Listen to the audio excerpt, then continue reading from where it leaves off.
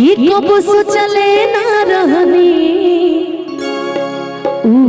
न बदल जाए कि दिलवा में रहे वाला दिलवे से निकल जाए कि कब सोचले ना रहनी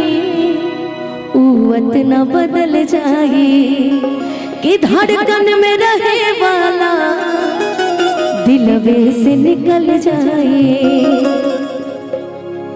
जुदाई न खाली बहाना भइल बा, जुदाई न खाली बहाना भइल बा, सनम दोसरा के दीवाना भइल बा, सनम दोसरा के दीवाना भइल बा। नया याद से अब याराना भइल बा, नया याद से अब याराना भइल बा, सनम दोसरा के दीवाना भइल बा, सनम दोसरा के दीवाना भइल बा। चढ़ जाए रात जब झांकी चंदनिया, झुर झुर झुर की पुरवा सिहरी पतरिया, नयन से गया वे, नयन से गया वे, चढ़ल आसमान से रात भर जगई जई लगा के दबे पाँव नजरिया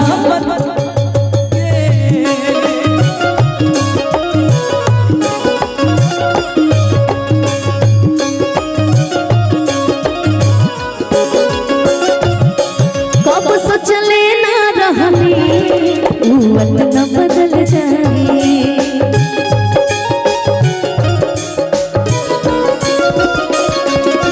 कब सोचले ना रहनी न बदल जाए, धड़कन में रहे वाला दिलवे से निकल जाए।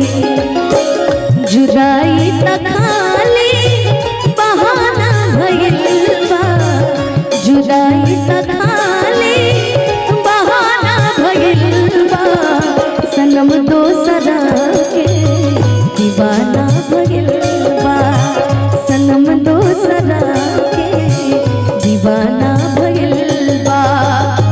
आपन रहे जे बेगाना भइल बा, आपन रहे जे बेगाना भइल बा, सनम दोसरा के दीवाना भइल बा, सनम दोसरा के दीवाना भइल बा, सनम दोसरा के दीवाना भइल बा।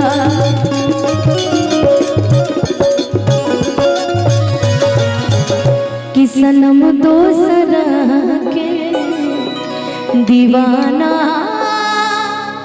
भइल बा। तालियां होनी चाहिए इतनी प्यारी से प्रस्तुति के लिए। अब दिखाइए ना।